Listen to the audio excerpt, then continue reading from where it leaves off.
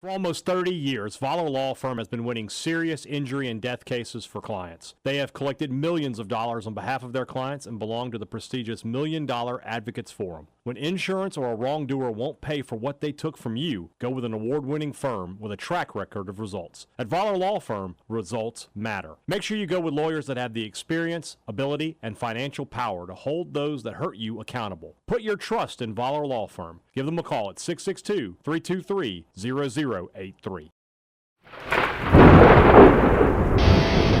You're listening to Thunder and Lightning on SuperTalk Mississippi, covering Mississippi State sports like nobody else. With Sports Talk Mississippi's Brian Hadad and Robbie Faulk of On3 Sports. Now get ready for Thunder and Lightning. This is Thunder and Lightning here on SuperTalk Mississippi. Brian Hadad and Robbie Faulk here with you on a Monday morning. Thanks for joining us here at supertalk.fm or wherever it is that you get podcasts from. We appreciate you guys out there, our great listeners, especially our servicemen and women out there taking care of us. Want to thank our sponsors over at Strange Brew Coffee House and Churn and Spoon Ice Cream. Start your day the right way with a trip to the drive-thru over at Strange Brew Coffee House here in Starkville or at Brupolo over in Tupelo. It'd be a little weird, Robbie, if Brupolo is in Red Lick. Well, that would be a little weird. Wherever you are in our great state, you can enjoy Strange Brew Coffee each and every morning. It's just a click away at strangebrewcoffeehouse.com. You got to brew it forward waiting on you at Strange Brew, courtesy of our... Yes, thanks to Mr. Now, your new good friend, Brian. And our good friend, Mr. McDuff. Yes. Good to see them this weekend. We'll talk more about the weekend here in Starkville in just a bit. The Mississippi Beef Council wants to remind you that beef, it is what's for dinner. I was walking... Where was I? I think I was just... I forget where I was this weekend, but somebody like motioned to me and I went over there and they were like, beef, it's what's for dinner. It's like everything we touch turns to gold, Robbie. There's no slogan we can't. It makes me feel good that everybody's not just fast forwarding through the thing. So, some people get mad that we riff too much. I was told the other day. So they can. You know what? No. It's going to be a free podcast. It costs you nothing. It's free content. This is free. Yeah, costs you nothing. It's beef tonight, Sunday night at the Hadad House. It's burger night. We're baking cheeseburgers tonight, so that's exciting. Lucky y'all. Yeah, every night can be beef night. You just got to head to the grocery store. And the great thing about beef is you can have beef every night, but it's a different cut. Steaks, roasts, ground beef, shaved beef. I mean, it's all out there. Enjoy it. Make some great meals for yourself and your family. Beef, it's what's for dinner. Thanks to our friends at the Mississippi Beef Council. College Corner, collegecornerstore.com is the place to find the maroon and white merchandise that you are looking for. And you are, in fact, looking for. You need new gear. The football season is upon us. Don't show up to Davis Wade Stadium. Don't come down to Hattiesburg Saturday wearing that same old ratty banner rim maroon polo you've had since Dan Mullen's third season in Starkville. It's time to upgrade. So get some new great gear with the new logos, the interlocking and the state script, and get them at College Corner. 2 locations in the Jackson area, Ridgeland by Fleet Feet, Flowwood by the Half Shell. You can shop online at collegecornerstore.com. Restaurant Tyler, Starkville's flagship restaurant for lunch, dinner, or Sunday brunch. Best meal in town is at Restaurant Tyler. Being around Starkville this weekend, you see all the local restaurants. They're doing great. Nobody doing better than Restaurant Tyler, though. That's the place everybody wants to get into. That's the place everybody wants to go and enjoy not just a good meal, but a great meal. If you're going to be in Starkville this football season, and I know that you will be, make sure Friday nights, Saturday afternoon, Sunday morning, at least one time this week, each weekend, you make a trip to Restaurant Tyler.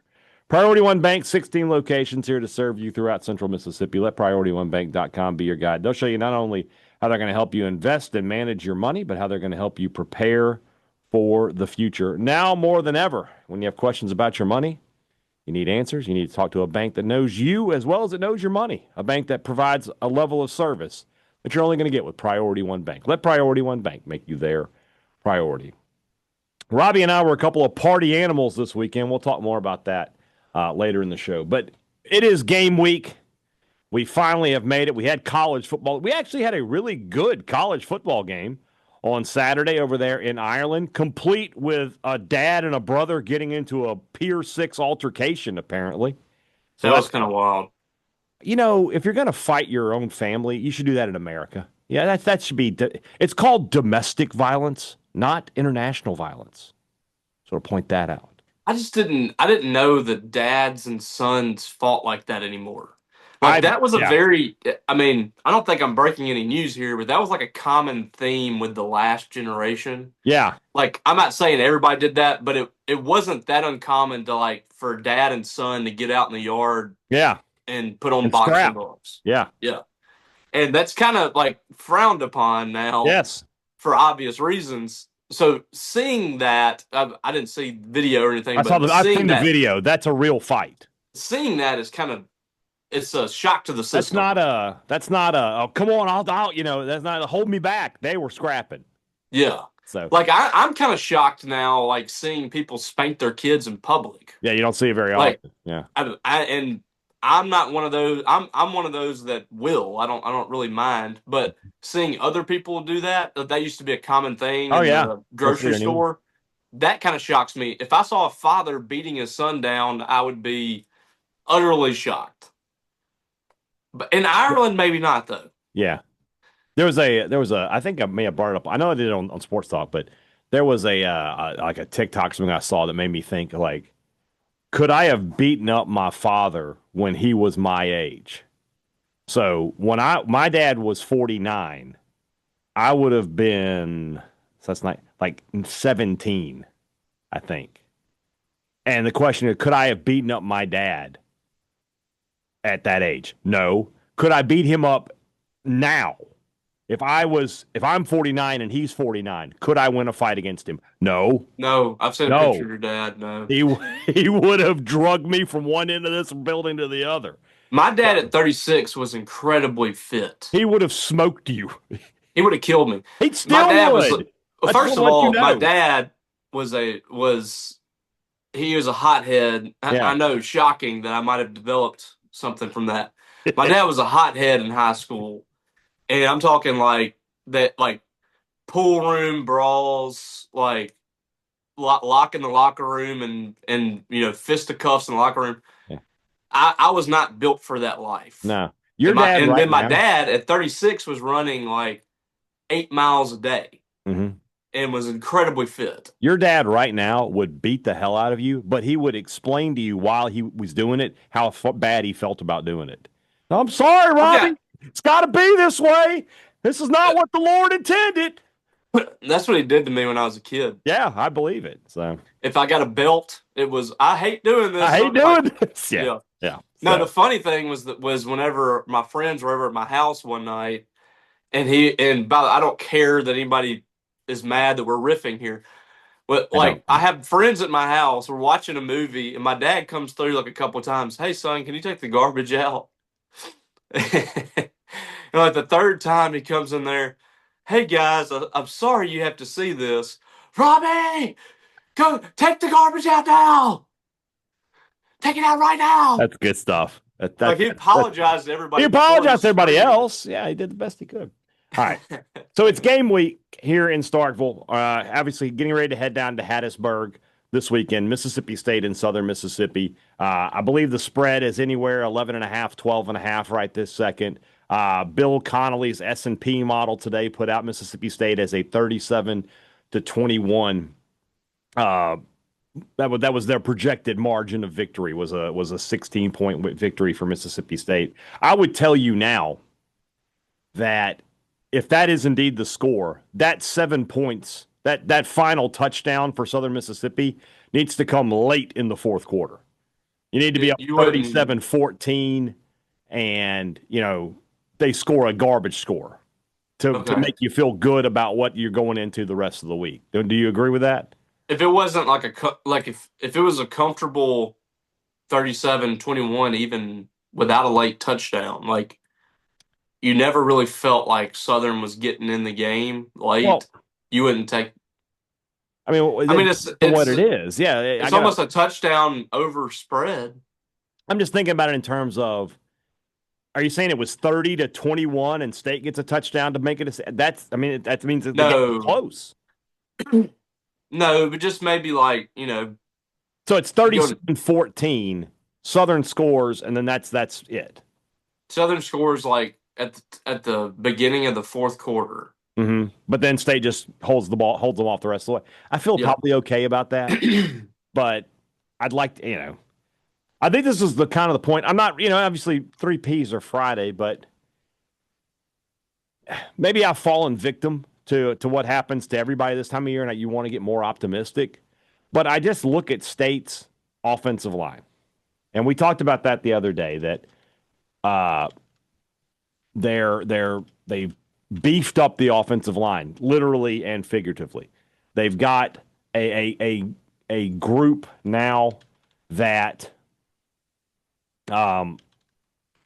is what, something like 320 pounds per man, something like that for Mississippi State. Is that correct? I can't remember the exact but what height and weight. Like the height and weight together, like the average was extremely high. Right. When you look at, go ahead. I was just gonna say, it's one list. I don't even know how accurate it was, but it was being shared on social media and on the message board. Said State had like a top 5 offensive line in terms of size, and I don't know if that's projected starters or the entire unit or what, but it is a massive line, and that doesn't mean automatically that the Mississippi State is going to dominate. I mean, just strictly being big. It doesn't mean that, but when you're talking about D1, I'd rather be big than small on the offensive line. Here's looking at it, this is a projected depth chart for USM. I don't know how accurate it is, right? But their 4-man front is from left to right is 270, 324, big kid there, 310, and then 225. So it feels like State's going to have the size advantage there. They're gonna be bigger up front. They should be able to move around that USM defensive line and should be able to run the football. We've been talking for the past couple of weeks about how everything we're hearing out of camp feels like they're going to be more run heavy, that they're going to be more what's the word I'm looking for? Just not conservative on offense, but they are going to be looking to run the football. And so I feel something I do a lot when we talk about these matchups is this. I just make it as generic as I can. And I say, don't you think that an SEC team should be able to run the football on a Sun Belt team? Yeah. Now, before anybody says anything, you would point to last year and you would say, well, would you have said that about a MAC team? And yeah, I would have. And I think at this point, we have to look back at last year and say, look, it happened. There's no getting around that, but it's an outlier. All right. In the last, however many years, how many non-conference games has Mississippi State lost to group of 6, group of 5 teams? The answer is what, 2? 1, 2. They in the last Toledo 2 years, and South Alabama. In the last 2 years, twice. Yeah. They're outliers. So you can't build a statistical model, which is what, if we were talking about Bill Connolly, you can't build a statistical model off of outliers. You got to take what you have, you have to take the overwhelming amount of evidence you have, and if you want us to do 10 years for Mississippi State against Sun Belt teams, didn't play one last year. 2 years ago, played Southern Mississippi and won by 21. In 2022, didn't play a Sun Belt team, but beat Memphis by 26, beat Arizona by 22, beat Bowling Green by 31, if you're just talking about the FBS non-conference teams. Louisiana Tech, 2021, that was a close one. They won, but it was close. The next week, they played an ACC team and won by 2 touchdowns. Then they lose to Memphis. That's an outlier. 2020, obviously don't play any. Beat Southern Mississippi and Louisiana by 10 and 22. By 22 and 10 respectively in 2019. Also played Kansas State and lost to them, but that's a power school. Played Louisiana in 2018, won by 46. Played Louisiana Tech that year and won by 42. Won by 36 against Louisiana Tech in 2017. Won by 25 against BYU. By and large, Mississippi State, when they play non-conference games, they're going to win by double digits. When they don't, it usually means something is way off, like it was last year. Here's the reality of the situation, and I think this is even more true now. Things that are true is next week, Robbie. Yeah, but I only when get you look at 5, these though, two, apparently. when you look at these two rosters, Uh-huh. and Mississippi State, make no mistake about it, their roster was closer to a Group of 5 school last year than it was this year.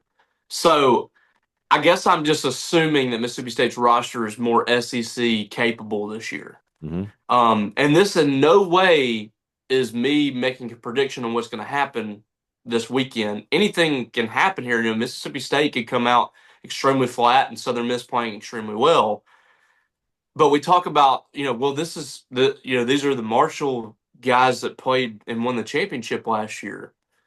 If those players were wanted men in the Power 5, the majority of them would have gone to the Power 5, Power 4.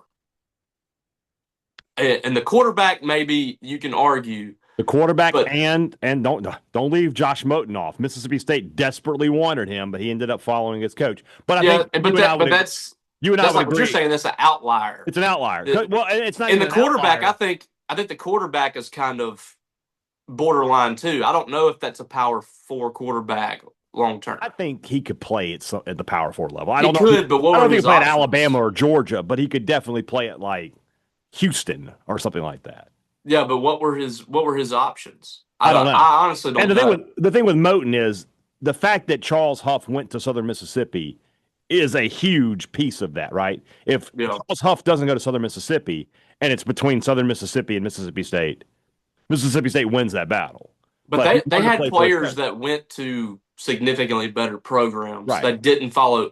So my point is, like, they didn't just take everybody from Marshall that could compete on this level. Right. I think there's a couple of guys that I would consider that could at least be in the 2 deep in the SEC. Probably Moten is one of those. But for the most part, I mean, let's just be real. Your Group of 5 players are going to be in the Group of 5 unless you're catching them on the start of their rise up. Mm-hmm. If they are upperclassmen, if they're juniors and seniors, and they're still at the Group of 5, it's because that's where they're supposed to be. So Mississippi State should have a significantly better roster than Southern Miss, and I think you will know if Mississippi State is in trouble by what you see in this game. State should come out in this ball game, and they should have the edge up front. They should have the better defensive line against Southern Miss's offensive line. Mm-hmm. We can argue the quarterback thing. I know you're really high on the quarterback. I like him. I like him a lot too. Yeah. But the offensive line is going to dictate a lot for them. And if Mississippi State's getting pressure on him and they're containing him, it should be a good day for State. If the offensive line is holding off Mississippi State's pass rush, that's a very bad sign. If State cannot block Southern Miss's defensive line, who, according to our lads, which again, like you said, I don't know how accurate it is. Yeah, Mason Clinton was on Mississippi State's Mississippi State's scout team in the spring, and he's like 3rd team defensive line for Southern Miss. Avery Sledge had trouble getting on the field for Mississippi State. He's competing for a starting spot. Mm-hmm. I think they have some other guys that are playing that were from State. Maybe I haven't got a chance to really dive into it yet, but these are guys that they couldn't get on the field at Mississippi State, and they're fighting for starting spots. If you can't beat this team fairly comfortably, then something's wrong. And I know that there are people that they have PTSD from what they saw in the 1980s. The 1980 team lost to Southern Miss. In the 90s. Like, people still talk about that. And I mean this in no disrespect to Southern Miss, but the SEC has, Mississippi State has grown apart from teams like Southern Miss. And Southern Miss was really bad last year. I know Mississippi State was too, but State should be a comfortable favorite and a comfortable winner in this game. And if they aren't, there's some big problems. I would say this, though. I think the PTSD for Mississippi State fans is a lot more about last year in Toledo than it is. I think that plays a factor for sure. I think a lot of people have finally shaken off the 80s Even as recently as when they played in 2023, you did have some fans who were, Southern can be tough, and it's like it's not 1986 anymore. They're not. It's not the same thing. But It really is the fact that Toledo showed us last year that we've been talking State about it for could months. lose. Yeah, No, and I think Toledo's a better team than Southern Miss agreed. right now. But still, it's a group of 5 team that Mississippi State should have beaten by multiple touchdowns, and instead they got blown out. Right. And that's makes a lot of people nervous. And I can understand that until we get this thing started on Saturday, we can't have any confidence in this team going out there and just blowing out Southern Miss. Right. Like, I've got to see it first. Yeah. I've got to see where they stand right now. Where I am right now is pretty simple. I think they'll win. But I'm not going to come on this program and say, yeah, they're going to run them off the field, knowing what I know right now. And all I know is what I saw last year, combined with what they recruited, what Southern Miss has recruited. If I go by my simple system that I like to use, where is the game being played? It's in Hattiesburg. Who has the better quarterback? I mean, is it not a wash at best between Chapin and Braxton? Just on for right now, maybe. Yeah. At best, it's a wash. And then who's the better coach? I mean, say what you want. Huff's resume is objectively better as a head coach than Levy. I do think that you have to factor in, Blake Shapen has played. Yeah. Blake Shapen has played a lot of Power 4 football and started games on this level. I mean, it's a totally different level. How does this quarterback look this week, against an SEC defense? Blake Shapen has played considerably more football against that caliber. So I don't know if I'm going to put their quarterback ahead of Blake Shapen right now. He hasn't played on this level. I don't know. And I like Shapen better as a thrower. I agree. Shapen has better arm talent. The other guy, Braxton, is a better runner.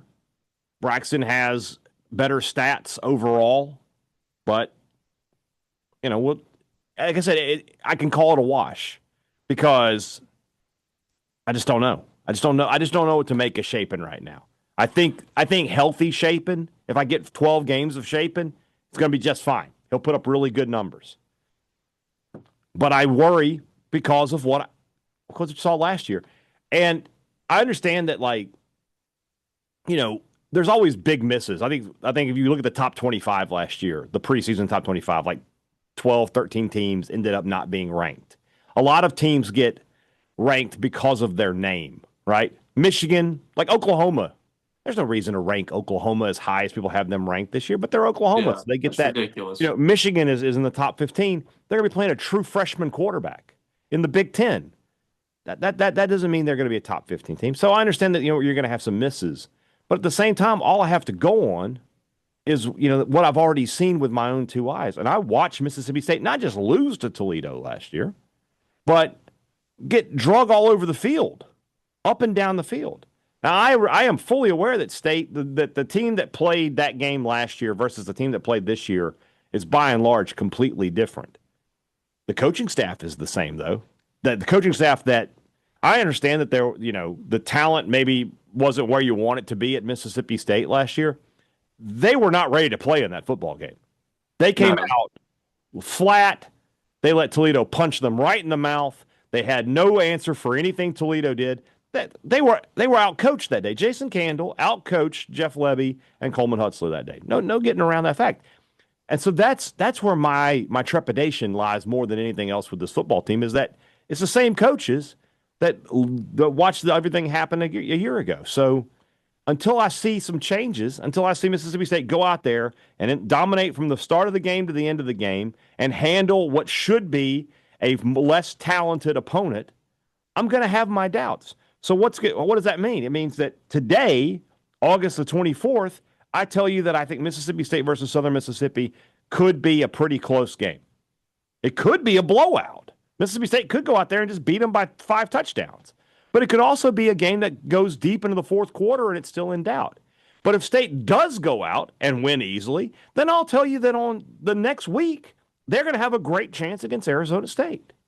So it's just that simple. I'm going to watch this team play before I make any sweeping generalizations.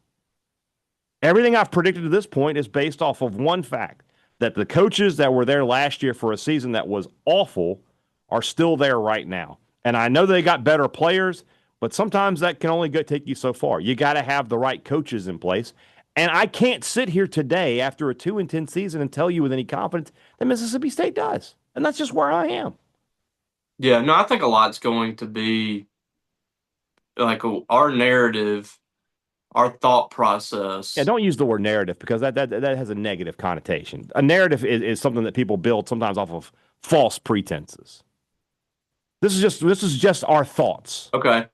Our thought process on this team moving forward will be shifted or shaped based on what we see Saturday. Mm-hmm. We will know a good bit about where we think this team's going. There will still be a lot that we can learn about Mississippi State, but a lot of questions will be answered on Saturday. Mm-hmm. And for Jeff Lebby's sake, for Mississippi State's sake, it's got to be a very positive week. It has got to be, you got to be coming out of that saying, man, I'm pumped for Arizona State. Like the fan base has got to be locked in for that Arizona State game. Mm-hmm. And to do that, you need to go to Southern Miss and I think they need to dominate that football game. I think they need to come out, punch Southern in the face, and say, we're here. Mm-hmm. We're ready to roll. This isn't, last year is not what we want this program to look like. This is what we're going to look like. This team might, after that, they might win 3 or 4 more games. But leaving that stadium, people need to be excited about what's happening the next week. And in order for that to happen, you've got to have a dominant game at Hattiesburg, and we'll see what happens. I mean, State can't come in there and just, go through the motions in that game. They will lose that game if they go through the motions. Mm-hmm. They've got to come out in the first quarter. It can't be Southern scores first and you're fighting from behind or whatever, which happened a couple of years ago. Right. State needs to come out, get the first stop, get the first score, and go from there. You raise an interesting question here for me. So the final score in 2023 was 41-20, right? But you said it correctly there. Southern came out early, they had the lead, and then State came back and just got control of the game, right? But what's the mood in the stadium if it's 7-0 USM in the first quarter? Like the State fans buzzing. The Southern fans are going to think they're okay. Here we go. We're going to win, and the U.S. State fans are going to be like, "Oh my God, here we go. This is not good." Nobody. We've been saying this for the past few months now. Nobody needs a 3-and-out more than Coleman Hutzler, and nobody needs a touchdown more than Jeff Lebby in college football. Nobody in college football needs those two things more than those two guys do, in my opinion. Yeah, it definitely feels like just such a huge game, and the way that the game plays out is so big too. I mean, I can't remember a time where Mississippi State just desperately needed something like they do for this season to be positive. 5 wins, 6 wins, whatever you want to say, whatever you would take away as positive. Yeah. They need to really take a step forward here. When you look at season openers, let's just look at like the last 10 years, right? So 2015, Mississippi State opened at Southern Mississippi. That was not an important season opener. You knew Mississippi State was going to win. They were coming off of a great season. They had Dak. Mullen was at the peak right there, right? That was not what we call an important season opener. The next year they lose to South Alabama, but coming into that game, there was no thought that was an important game, right? No. Just like, it's Alabama, they'll kill them. And it didn't turn out that way, but not an important season opener. They opened with an FCS team in 2017 and 2018, obviously not important games. They went to the Superdome to play Louisiana Lafayette in 2019. That's a team that you had beaten the previous year by 46 points. Wouldn't call that an important season opener by any stretch of the imagination. 2020, with the COVID year, you play it at LSU. Now, that's just an important game because it's a conference game. So it's an outlier there. We're using that word again. And Mike Leach's first game. It's Mike Leach's first game, but also like State never opens with an SEC game. That's a different animal entirely. 2021 Louisiana Tech, again, it's a close game, but it's going into that game, nobody is saying that it's important. It's always important to be 1-0 to get off to a good start, but nobody's looking at it and goes, gosh, Mike Leach's tenure at Mississippi State hangs in the balance of this game. The next year you open with Memphis. Important because you had lost to them the year before and you wanted to get a measure of revenge there. But again, nobody is looking at that game going, well, if Mike Leach doesn't win this game, he's in real trouble. FCS team the last 2 years. This is one of the most important season openers in memory for Mississippi State. Jeff Lebby's tenure can be defined this coming Saturday. If he wins big, then nothing is defined. You're just moving forward. A loss, and it is over for him at Mississippi State. I don't think there's any coming back for him at that. And even a close win is not going to have anybody getting on the boat with him to go forward in this season. I mean, the issue that you have right now for Jeff Lebby is like you're trying to build, and the only way you're going to be able to build from this season is by showing significant progress. Right. Because the recruiting class, I'm just going to be frank here, is not good. It's not a good recruiting class. We'll just be kind and call it that. It's one of the worst they've had in a long time. But it's somewhat understanding because I think a lot of players out there are just not sold on Mississippi State yet. And I probably wouldn't have taken a lot of guys that they've taken at this point. I would have just kind of laid off a little bit. I don't know why they have built the class so quickly and taken the guys that are kind of borderline. But because I think if they do show progress throughout the season, you're going to get back in the game with guys that you might not have been in the game with, in-state players, guys that you were recruiting that might have committed somewhere else. You're going to start to get them back on campus. They're going to feel the buzz around the program. They're going to start trusting more in Coleman Hutzler and Jeff Lebby. Right now, I think that's the issue, is they saw what happened last year. Jeff Lebby has no track record as a head coach. Coleman Hutzler has no track record as a defensive coordinator. And so a lot of these guys are waiting and seeing. So if Mississippi State has another poor season, it's going to be very difficult for them to climb out of that hole in recruiting and get better players. I think the only way that they build on this year is with a season that is bordering a bowl game or getting to a bowl game, perhaps beating Ole Miss, getting a marquee win against Arizona State or something. That's the only way you're getting out of this if you're Jeff Lebby. And it's not losing to Southern Miss in game one. They can't. Yeah, that can't happen. I do not think he will survive at Mississippi State if he loses that game. Agreed. Because he might get another year. And I think that's probably going to happen. Right. But you're not going to have a better team next year if your team goes 3-9 or 4-8 or whatever. Your team's just not going to be better. I don't know what dollar figure it would take to make a roster significantly better next year if you don't have a good season. Where you have to start throwing out money you don't have. You start having to like triple offers to difference makers in the portal. And at that point, like, you have no faith in this coaching staff to get that out of those players. Exactly. So this game is hugely important. This is one of them. They got to win, and it needs to be convincing. It needs to be a big win. Yeah. Okay.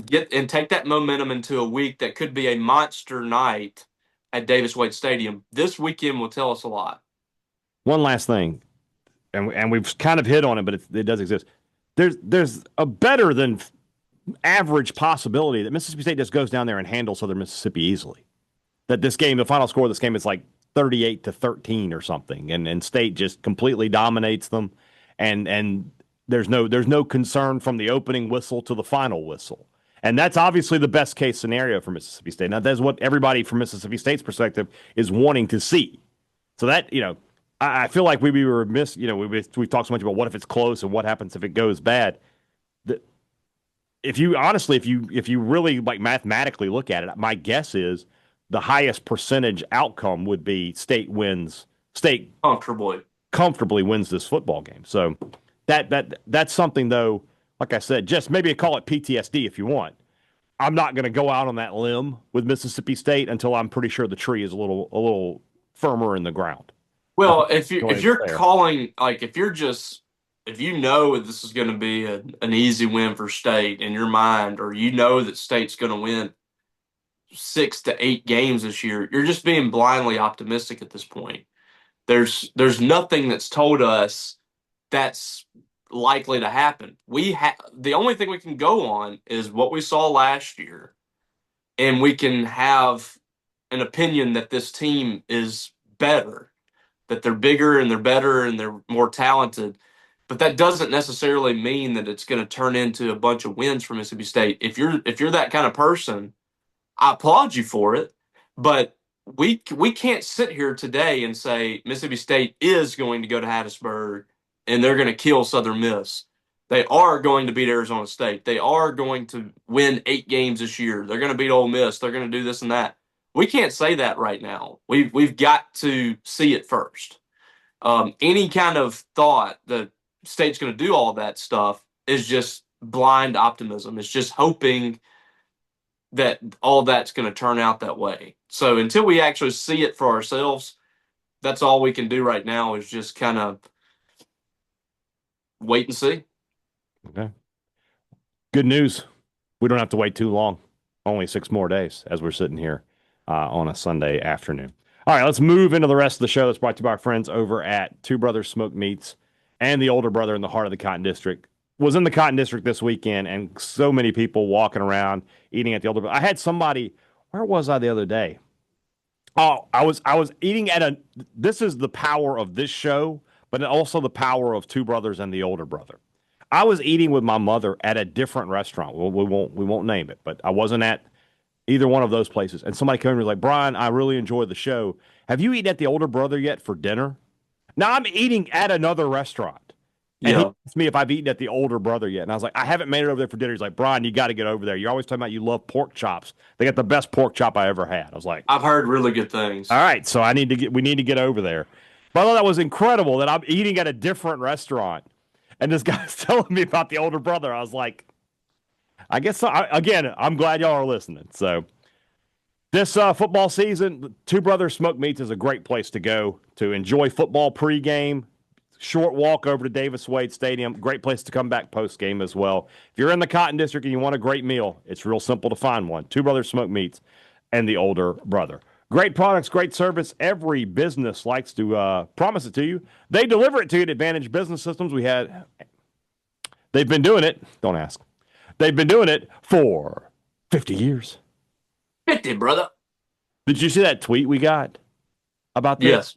Guy was in church thinking about 50, brother. I commented on that and said, like, I got gaslighted into doing this. Wait, my guy, I know he's listening right now, Justin Stidham, was teaching Sunday school. And this was, like, I think last week. And he had made mention in his lesson about 50. And he had told me, like, beforehand, like, I'm going to give you a cue and you just be ready. And I was like, uh-oh. And so he drops the 50 and just stays silent. And I'm just like, 50. And then I got another one. I had 2 of them in the same Sunday school class. Yeah. It's becoming a phenomenon. It's a thing.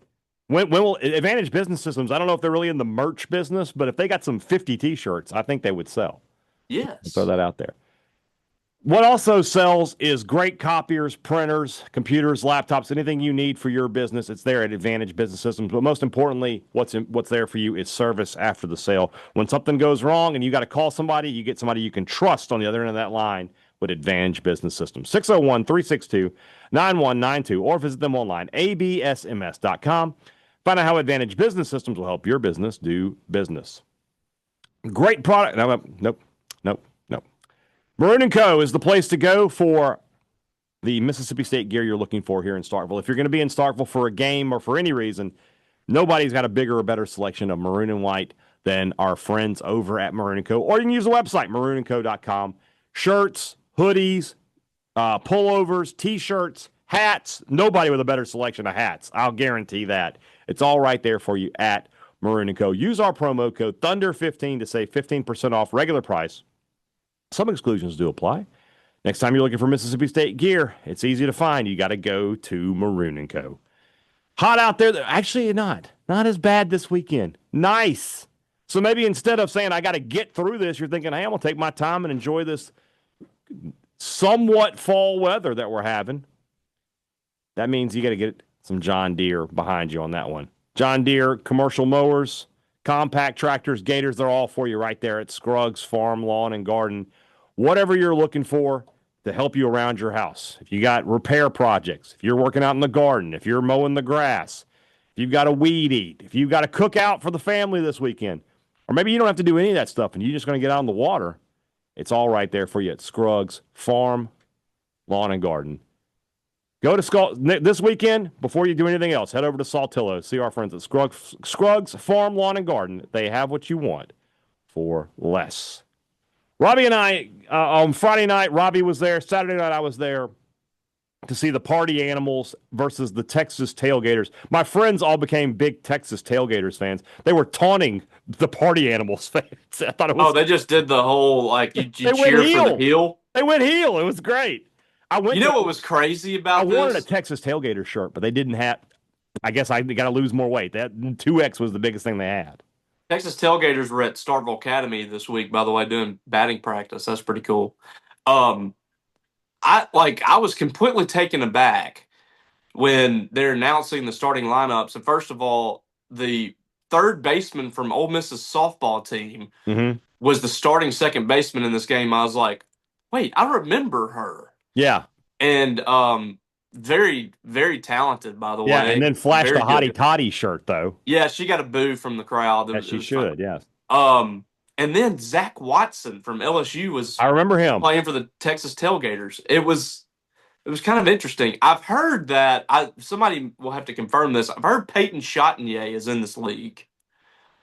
I'm not 100%, but it would not shock me in the least because it's perfect for him. The TikTok deal is perfect. Peyton Chatagnier. I think I'm almost positive he plays for the Savannah Bananas, I think. Well, there you go. Least shocking thing. He would have gotten booed had he showed. He would have. Bananas have been there. I thought there were some Ole Miss fans. I heard the guy on the mic. Well, the guy on the mic said, like, I heard we got some Ole Miss. Well, everybody's here's favorite team, Ole Miss. They did that on Saturday as well. I don't know when they did play this Friday, but they played "Love Is Gone," and so I saw some of the world's most unenthused. You know what I'm saying? Yep. I saw some. I tweeted about it. I was like, you can tell who the Ole Miss fans are when they play "Love Is Gone." I would not go to this event by myself, or maybe not. I don't even know that I would go with just me and you. Right? I don't know if the boys would go out for a night of banana ball. But as a father with a 16-year-old daughter, she had a great time. She enjoyed it. I thought it was really cool being in Duty Noble in August. You don't ever get to do that. Cool to see Coach Polk in the Party Animals jersey. Really cool to see Papelbon come out there and get it out. You got to see Mitch Moreland taking that bat. And then something, I saw Papelbon pitch in college here. So that was great to kind of relive that and explain to my daughter, hey, this guy is a all-time great. It was a lot of fun. I thought it was cool. I thought it was a really good publicity for Mississippi State. You had some of their people on TikTok and on social media saying, hey, we've been to LSU and we've been to Arkansas, but this stadium is a lot better than those. It's awesome. It was just a lot of positive publicity. Last week, from a publicity standpoint, might be the best week State's ever had. Like, you had the interlocking logo stuff come out, and everybody was fired up about that. Then you had the Cotton District renovation plans come out. Everybody gets fired up about that. And then you have the Party Animals this weekend. Nothing but positive publicity coming out of that. Really good weekend. Really good times for Mississippi State. Yeah, I'm hoping that Mississippi State continues to bring these things to Starkville. This was huge for revenue for the city of Starkville.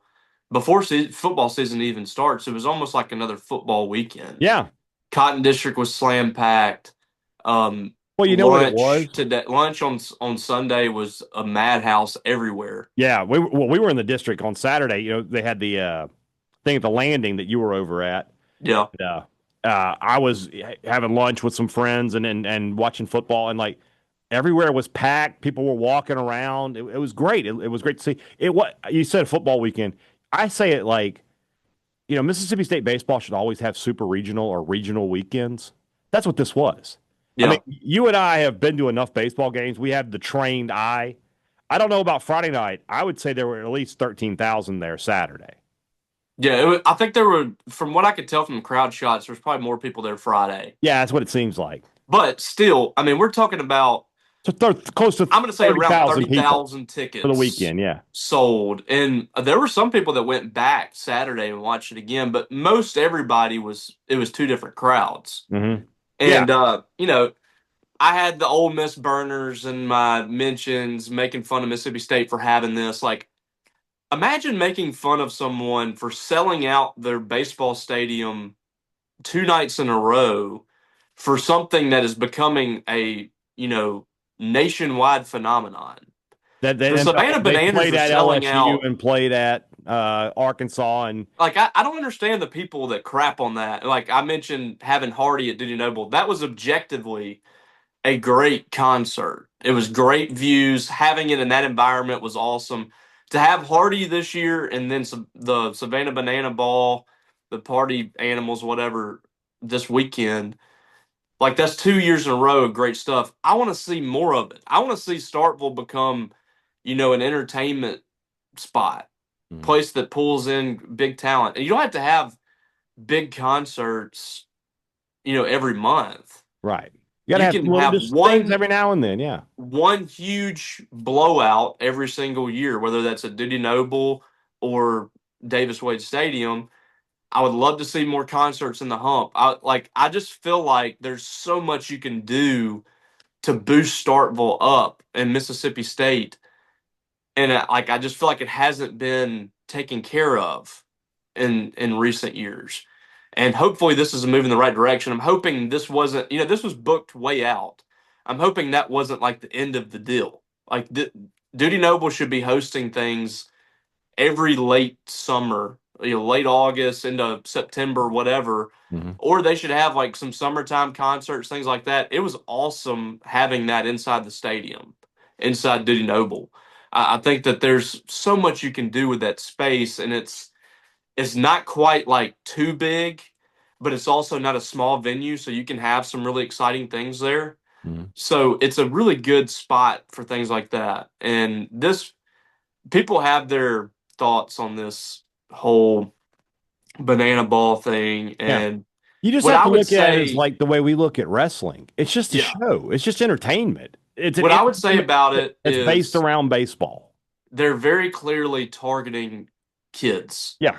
Like their whole mindset is like, this is to create something fun for kids. And an hour before the thing even starts, they're having stuff going on. Like I came home.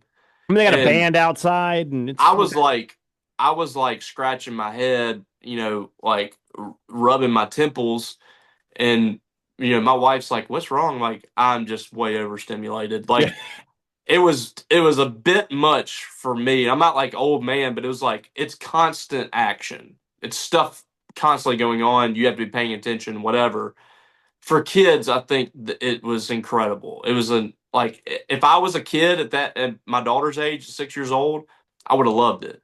Yeah. So it's a very interesting model. You've taken the Harlem Globetrotters and you've injected it with 10 pounds of sugar and made it into something that's on a totally different planet. And they did it in a sport that is sacred to a lot of people, so I can understand the feathers that are being ruffled. Like with basketball, what the Globetrotters were doing, I don't think hurt a lot of feelings. Mm-hmm. I was wondering what was going through Ron Polk's mind. Yeah, but he was obviously, by the end of the weekend, was having a blast. Yeah. You have to take it for what it is.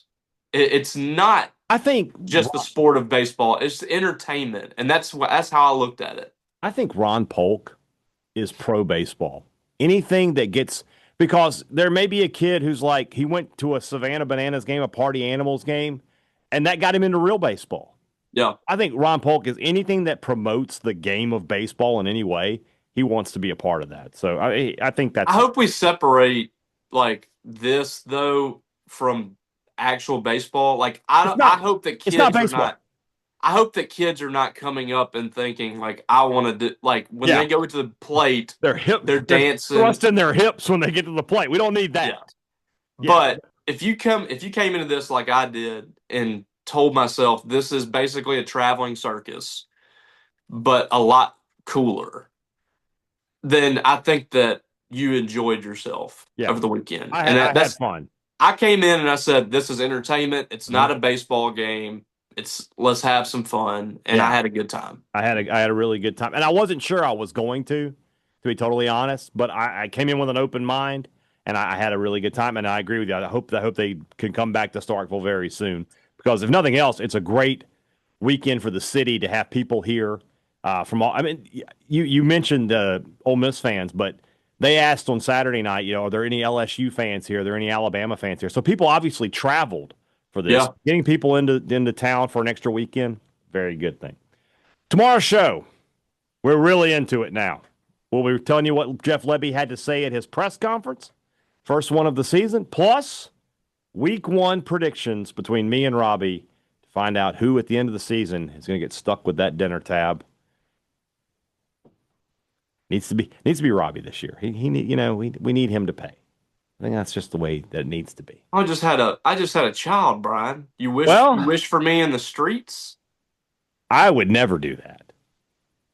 That's not something I would do. Other people I can't speak for. So, all right. We'll see you guys tomorrow. It is football season. Talk to you then. For Robbie Faulk, I'm Brian Hadad. Thanks for listening to Thunder and Lightning here on SuperTalk, Mississippi.